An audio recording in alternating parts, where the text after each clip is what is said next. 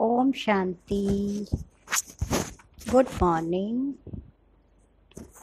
आज सतगुरुवार 28/5/2020 बाबा के महावाक्य हैं। विशेष बाबा ने हम बच्चों को याद का बल जमा करने की बात कही है। एक है याद करना, एक है याद में बल भरना और एक है याद के बल को जमा करना।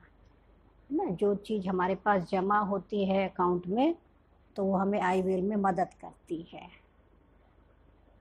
तो बाबा कहते इतना याद का बल जमा कर लो जिससे सारे विश्व का राज्य तुम अच्छे ले सकते हो।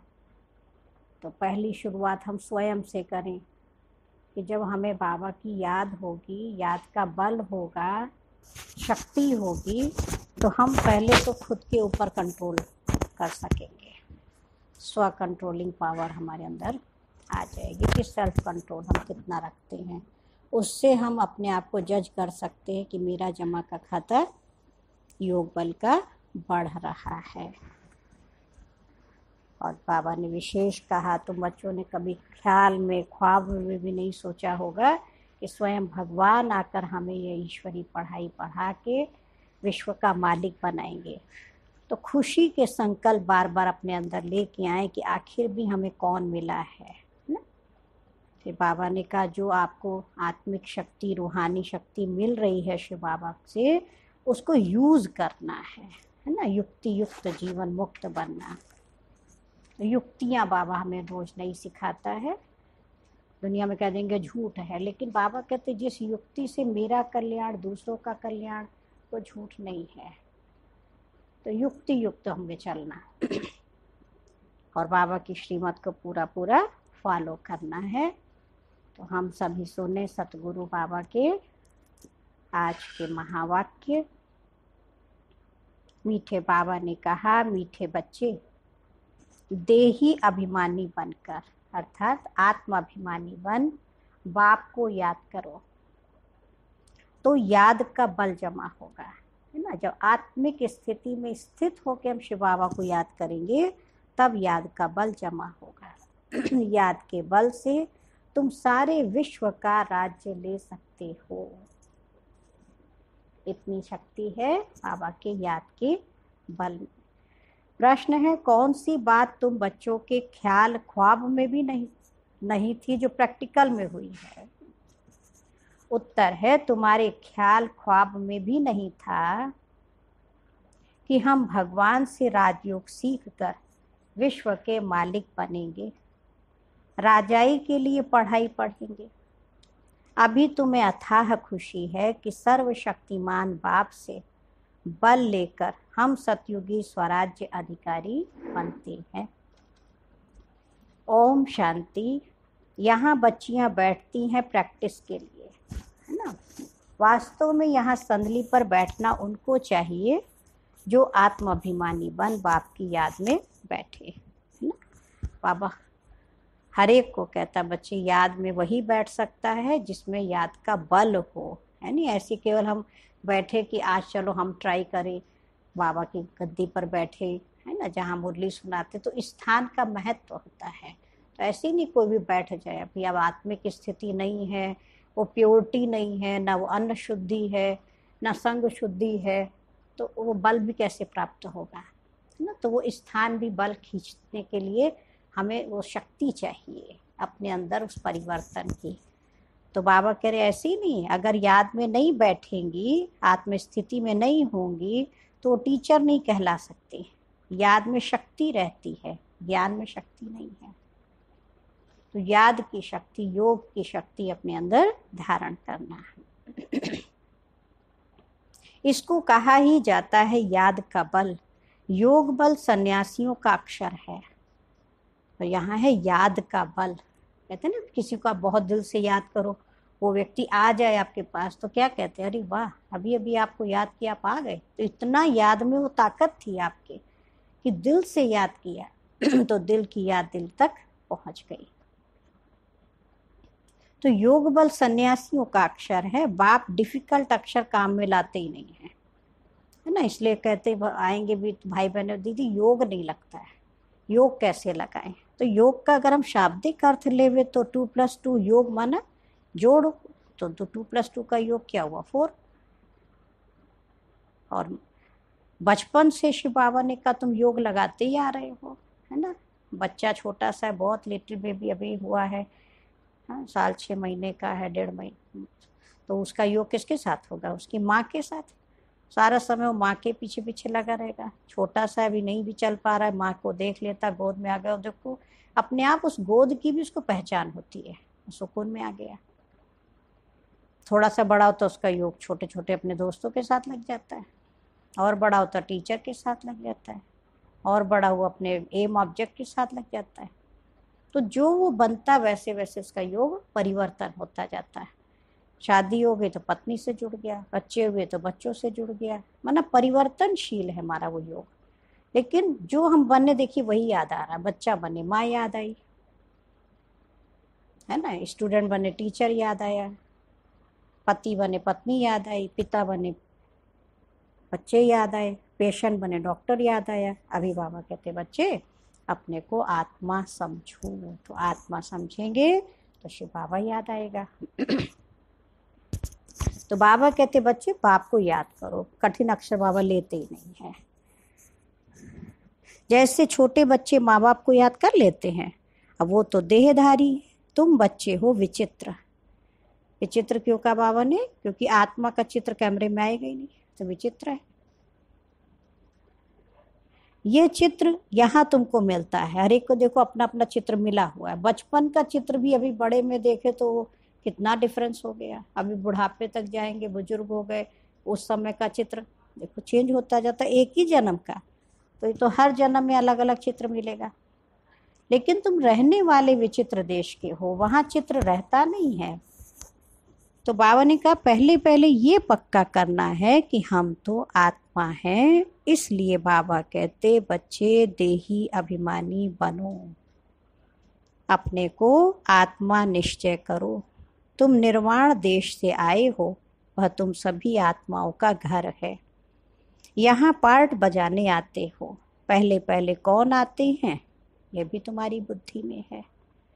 दुनिया में कोई नहीं जिसको यह ज्ञान हो। अब बाबा कहते हैं शास्त्र आदि जो कुछ पढ़ते हो उन सबको भूल जाओ।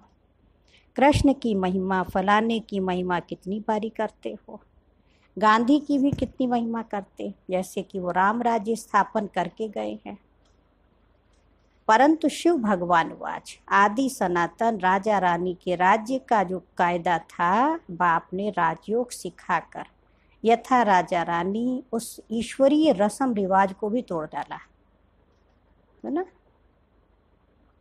क्या किया बाबा कह रहे, शिव भगवान वाच आदि सनातन राजा रानी के राज्य का जो कायदा था, बाप ने राजयोग सिखाकर राजा रानी बनाया, उस ईश्वरीय रस्म रिवाज को भी क्या किया, तोड़ डाला। बोला राजा ही नहीं चाहिए हमको, प्रजा का प्रजा पर राज्य चाहिए। महात्मा गांधी की बात देखो बाबा कह रहे, तो इतना परिवर्तन हो गया कि राजाई प्रथा ही खत्म हो गई, प्रजातंत्र राज्य हो गया। अब उसकी क्या हालत हो गई है, दुख ही दुख है, लड़ते झगड़ते रहते, अनेक मतें हो गई, प्रजातंत्र राज्य हो गया ना। अब एक राजा होता तो उसकी मत पर सब चलते थे, वो खत्म हो गई राजाई प्रथा। तो आज देखो अनेक मत, अनेक कुल, अनेक भाषाएं, अनेक राज्य, तो आपस में ही लड़ाई झगड़ा। अभी तुम बच्चे श्रीमत पर राज्य लेते हो, इतनी तुम्हारे में ताकत रहती है, जो वहाँ लश्कर आदि होता नहीं है। डर की कोई बात ही नहीं। इन लक्ष्मी नारायण का राज्य था, अद्वैत राज्य था। दो थे ही नहीं जो ताली बजे। अद्वैत माना दो ना, है ना, अद्वैत। तो जहाँ दो नहीं थे, द्वैत राज्य द्वापर युग से शुरू हुआ, वहाँ अद्वैत राज्य।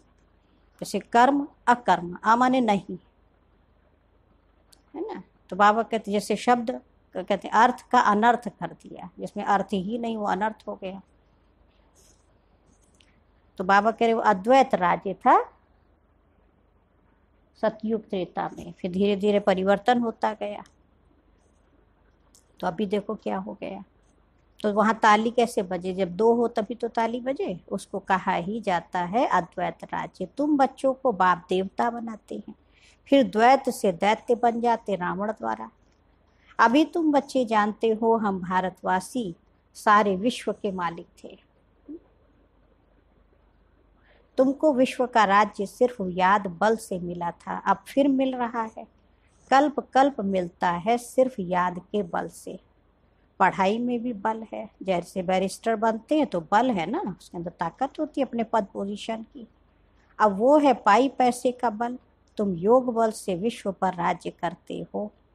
सर्वशक्तिमान बाप से बल मिलता है तो कहते हो बाबा हम कल्प कल्प आपसे सतयुग का स्वराज्य लेते हैं, फिर गंवाते हैं, फिर लेते हैं। तुमको पूरा ज्ञान मिला है। अभी हम श्रीमत पर श्रेष्ठ विश्व का राज्य लेते हैं। विश्व भी श्रेष्ठ बन जाता है। यह रचता और रचना का ज्ञान तुमको अभी है। इन लक्ष्मी नारायण को भी ज्ञान नहीं होगा कि हमने राजाई कैसे ली।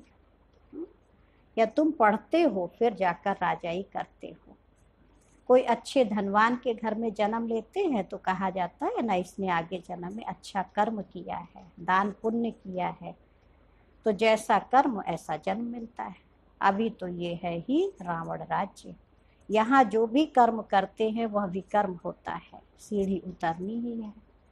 सबसे बड़े ऊंच से ऊंच देवी देवता धर्म वालों को भी सीढ़ी उतरनी है ना। गिरावट में तो सभी को आना है, धीरे धीरे परिवर्तन हो रहा है। सतो रजो तमो में आना है। हर एक चीज नई से फिर पुरानी तो जरूर होती है। तो अभी तुम बच्चों को अथाह खुशी होनी चाहिए। तुम्हारे ख्याल ख्वाब स्वप्न संकल्प में भी नहीं था कि हम विश्व के मालिक बनेंगे, है ना। भारतवासी जानते हैं कि इन लक्ष्मी नारायण का सारे विश्व पर राज्य था, पूज्य थे, सो फिर पुजारी बने। गाया भी जाता है आपे ही पूज्य आपे ही पुजारी। अब तुम्हारी बुद्धि में यह होना चाहिए, यह नाटक तो बड़ा वंडरफुल है। कैसे हम 84 जन्म लेते हैं इनको कोई नहीं जानते। शास्त्रों में 84 लाख जन्म लगा देते हैं। तो बाबा कहते ये सब भक्ति मार्ग के गपोड़े हैं। रावण राज्य है ना, राम राज्य और रावण राज्य कैसे होता है यह तुम बच्चों के सिवाय और कोई की बुद्धि में नहीं है। रावण को हर वर्ष जलाते हैं तो दुश्मन है ना। 5 विकार मनुष्य के दुश्मन है। रावण है कौन, क्यों जलाते, कोई भी नहीं जानते। रावण माने 5 विकार, नर में 5 विकार नारी में, तो दोनों मिला के कितने हो गए, 10। तो दुख देते हैं। तो 5 विकार मनुष्य के दुश्मन है। रावण कौन है जानते भी नहीं है। बाबा कह रहे जो अपने को संगम युगी समझते हैं उनकी स्मृति में रहता है कि अभी हम पुरुषोत्तम बन रहे हैं और भगवान हमको राजयोग सिखलाकर नर से नारायण, भ्रष्टाचारी से श्रेष्ठाचारी बनाते हैं। तुम बच्चे जानते हो हमको ऊंच ते ऊंच निराकार भगवान पढ़ाते हैं। कितना अथाह खुशी होनी चाहिए। स्कूल में स्टूडेंट की बुद्धि में रहता है ना, हम स्टूडेंट हैं, वो तो है कॉमन टीचर पढ़ाने वाला। यहाँ तो तुमको भगवान पढ़ाते हैं। जब पढ़ाई से इतना ऊंच पद मिलता है तो बाबा कह रहे कितना अच्छी रीति पढ़ना चाहिए, है ना।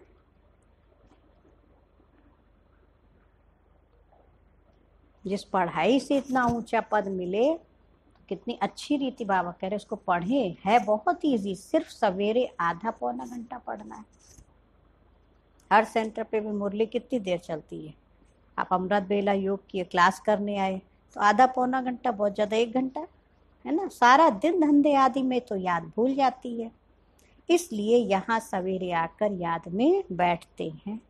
कहा जाता है बाबा को बहुत प्रेम से याद करो। बाबा आप हमको पढ़ाने आए, अभी हमको पता पड़ा है कि आप 5000 वर्ष बाद आकर पढ़ाते हैं।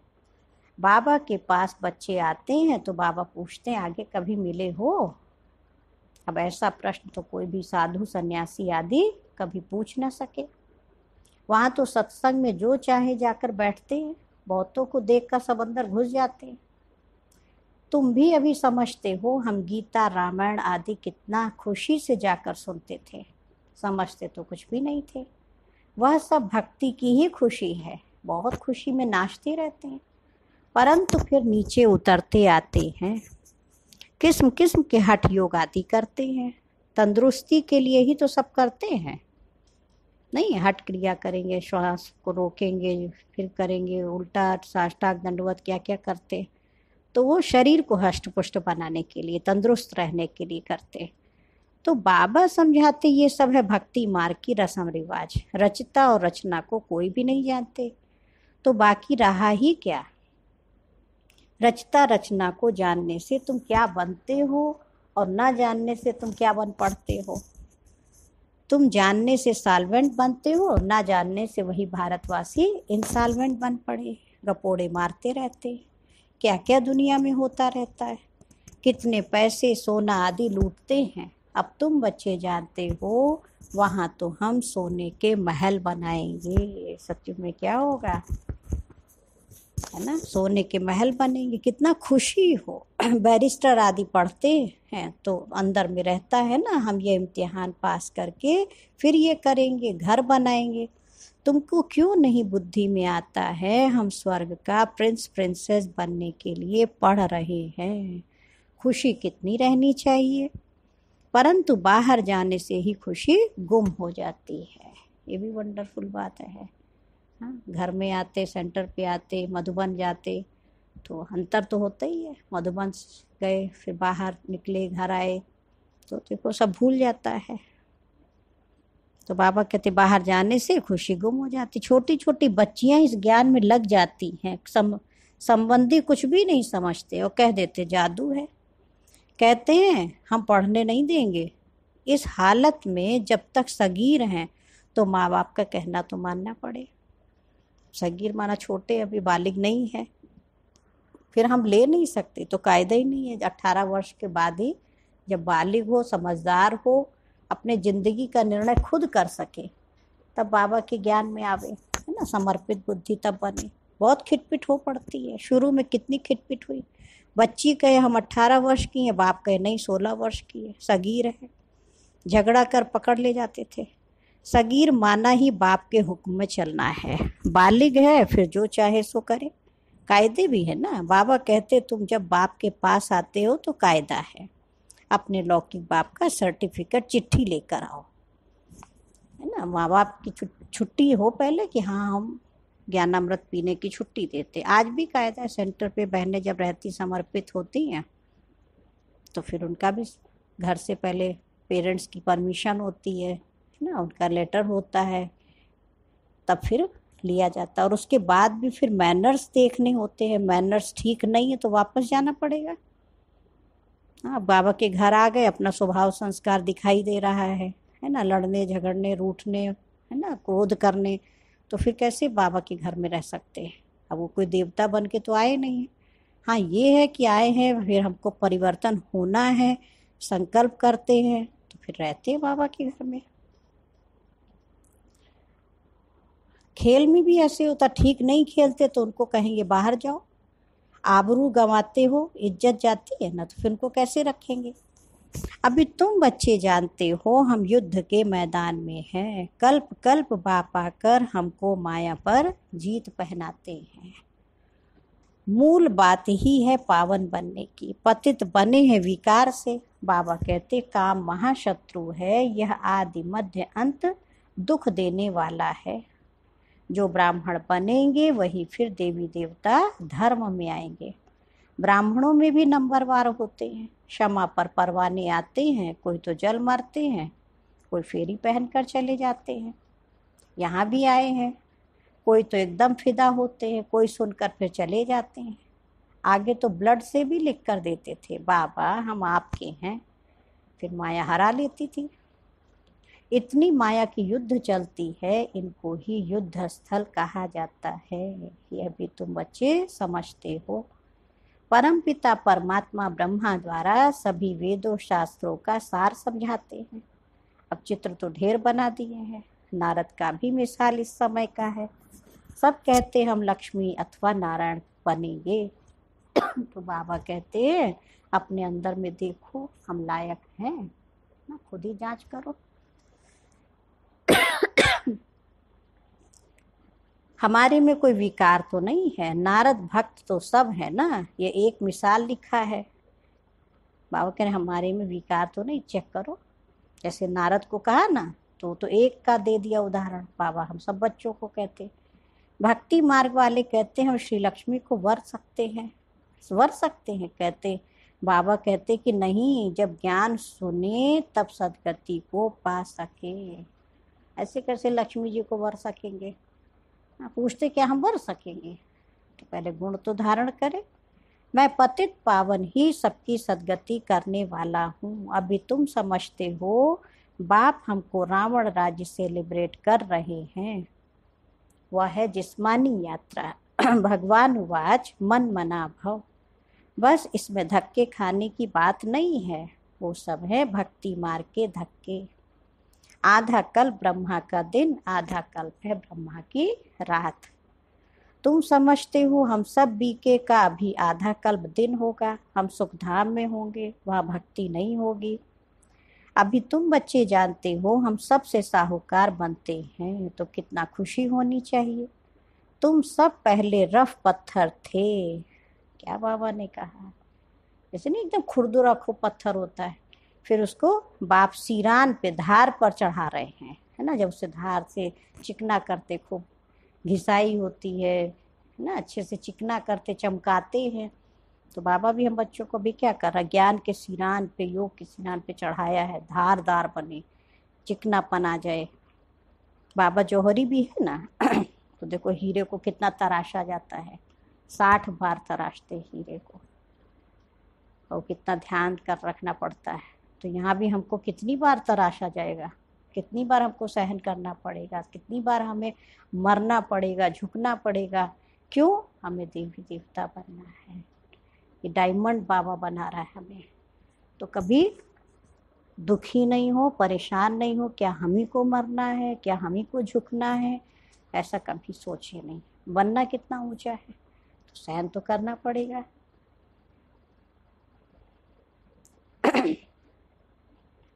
तो बाबा करे अभी तुम बच्चे समझते हो कि बाबा देखो हमको कहाँ ले चल रहे हैं, है ना, सिरान पे चढ़ाया, धार पर चढ़ा रहे। बाबा जौहरी भी है ना, ड्रामा अनुसार बाबा ने रथ भी अनुभवी लिया, गायन भी है गांव का छोरा।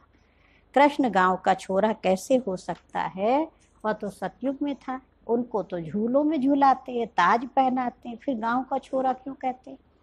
गांव के छोरे श्याम ठहरे। ये सत्संगम युग की बात है ना, कलयुगी जब वही आत्मा बनी तब वो गांव का छोरा। सतयुग का तो बहुत शानदार बच्चा था। अभी तुम बच्चे सुंदर बनने के लिए आए हो। बाप ज्ञान की सिरान पर चढ़ाते हैं ना, यह सत का संग कल्प कल्प कल्प में एक ही बार मिलता है, बाकी सब है झूठ संग। इसलिए बाबा कहते हियर नो इविल, ऐसी बातें मत सुनो जहां हमारी और तुम्हारी ग्लानि करते रहे। जो कुमारियां ज्ञान में आती हैं वो तो कह सकती हैं कि हमारा बाप की प्रॉपर्टी में हिस्सा है, क्यों ना हम उनसे भारत की सेवा अर्थ सेंटर खोलूं, है ना। कन्यादान तो देना ही है ना, वो हिस्सा हमको तो हम सेंटर खोलें। ऐसे बहुत बहनें हैं जिनको भी बाबा के घर में भी ना समर्पण समारोह होता है। जैसे लौकिक दुनिया में शादी होती है ना, तो वहाँ पर कन्या को जब कन्यादान करेंगे तो सब उसको दिया जाता है, उसके हिस्से का दान दहेज जो भी सब देते हैं। तो ऐसे यहाँ पे हमारी शिव बाबा से सगाई होती, तो उसको कहते हैं दिव्य समर्पण समारोह, अलौकिक समर्पण, भगवान के साथ शादी। तो जो भी नाते रिश्तेदार हैं, माता पिता परिवार वाले, तो कन्या के निमित्त जो उनको भावना होती है तो उसका हिस्सा तो देंगे ना।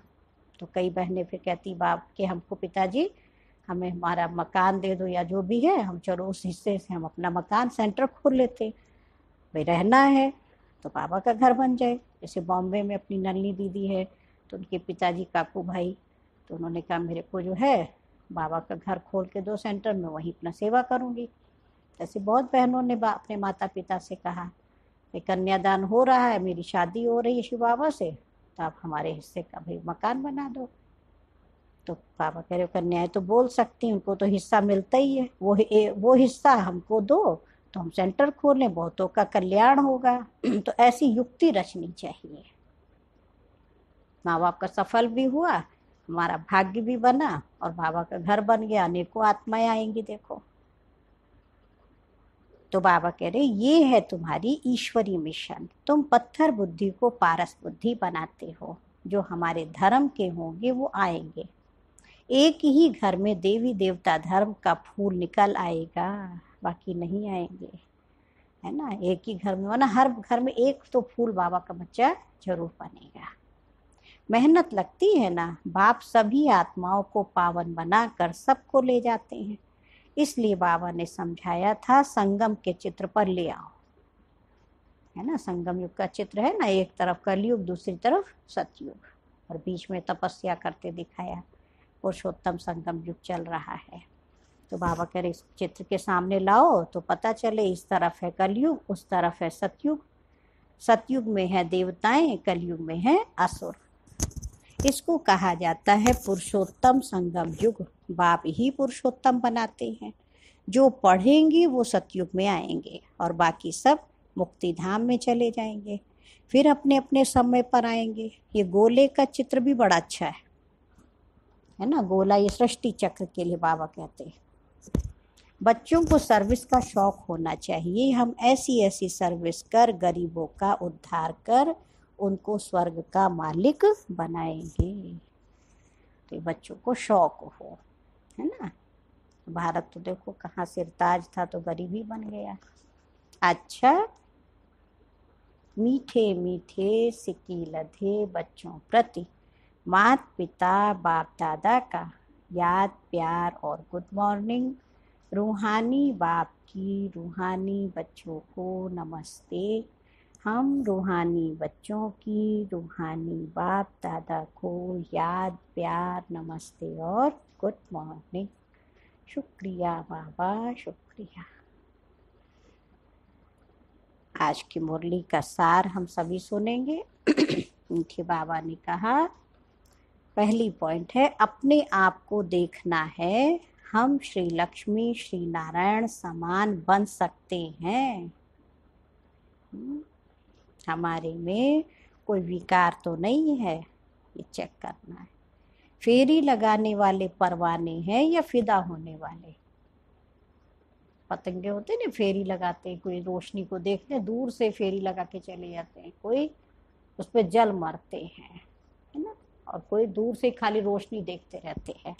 तो हम कौन से हैं? भगवान शिव क्षमा को, हाँ, खाली फेरी लगा के चक्कर लगा के चले गए, बहुत अच्छा ज्ञान है, देख लिया। एक है भगवान के ऊपर फुल समर्पित हो जाना। तो बाबा कह रहे फेरी लगाने वाले परवाने हैं या फिदा होने वाले। ऐसे मैनर्स तो नहीं है जो बाप की आबरू चली जाए, भगवान की इज्जत ना जाए, इतना हमें अपने ऊपर ध्यान रखना। सेकंड पॉइंट है अथाह खुशी में रहने के लिए सवेरे सवेरे प्रेम से बाप को याद करना है और पढ़ाई पढ़नी है। भगवान हमें पढ़ाकर पुरुषोत्तम बना रहे हैं। हम संगम युगी हैं, इस नशे में रहना है। हम संगम युगी हैं, इस नशे में रहना है। और आज का वरदान है मीठे बाबा का, रूहानी शक्ति को हर कर्म में यूज करने वाले युक्ति युक्त जीवन मुक्त भव। इस ब्राह्मण जीवन की विशेषता है ही रूहानियत। रूहानियत की शक्ति से ही स्वयं को व सर्व को परिवर्तन कर सकते हो। इस शक्ति से अनेक प्रकार के जिस्मानी बंधनों से मुक्ति मिलती है। लेकिन युक्ति युक्त बन हर कर्म में लूज होने के बजाय रूहानी शक्ति को यूज करो। मनसा वाचा और कर्मणा तीनों में साथ साथ रूहानियत की शक्ति का अनुभव हो। जो तीनों में युक्ति युक्त हैं वो ही जीवन मुक्त हैं। तो आज का स्वमान क्या याद रखेंगे? मैं आत्मा युक्ति युक्त जीवन मुक्त आत्मा हूँ। मैं युक्ति युक्त जीवन मुक्त आत्मा हूँ। और आज का स्लोगन है सत्यता की विशेषता द्वारा खुशी और शक्ति की अनुभूति करते चलो। जहाँ सत्यता है वहाँ खुशी तो है ही है ना। तो सत्यता की विशेषता द्वारा खुशी और शक्ति की अनुभूति करते चलो।